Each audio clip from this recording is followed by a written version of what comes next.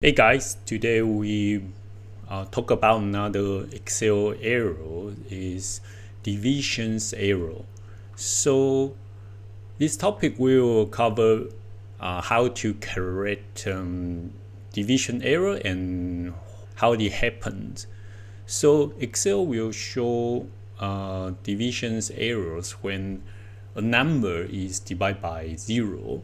So let's take a look this example. In cell C2 I have 5 and cell C3 I have 0. I have a formula, one have 5 divided by 0, and the result will be divisions error.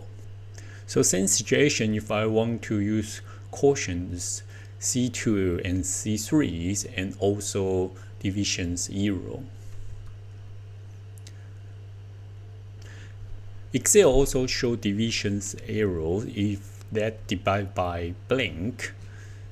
For example, like C8 is 5 and C9 is blank, and the result will be also divisions error. So how to correct the divisions error?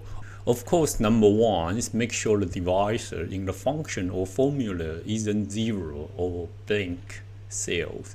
And number two is using a function to correct the error. The syntax of a function is if, then followed by logical testing, followed by if it is true and what you want to show, and what to show if it is false. In this case, I can write if C19, we are going to test C19 is true or false. If C19 is equal to truth, means C19 is not 0 or blank, then show C18 divided by C19. If C19 is 0 or blank, means is false, then show 0. We also can rewrite these ones. If C19 is false, then show no output. The other functions, and it is most useful way to deal with any error, is if error. The syntax of if error is the value you're going to judge, followed by what if the value is negative.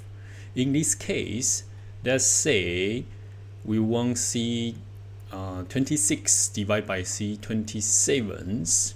If C26 and C27 is error, then the result will be 0. In other case, we also can use the other function called ISERROR. We can judge like C26 divided by C27 is error. If that's true, then show 0. If not, still show C26 divided by C27. Okay, so that's the today's topic. The other errors is called divisions error. Hope these tips can clear your minds, like how you deal with divisions error. So see you guys next time. Bye.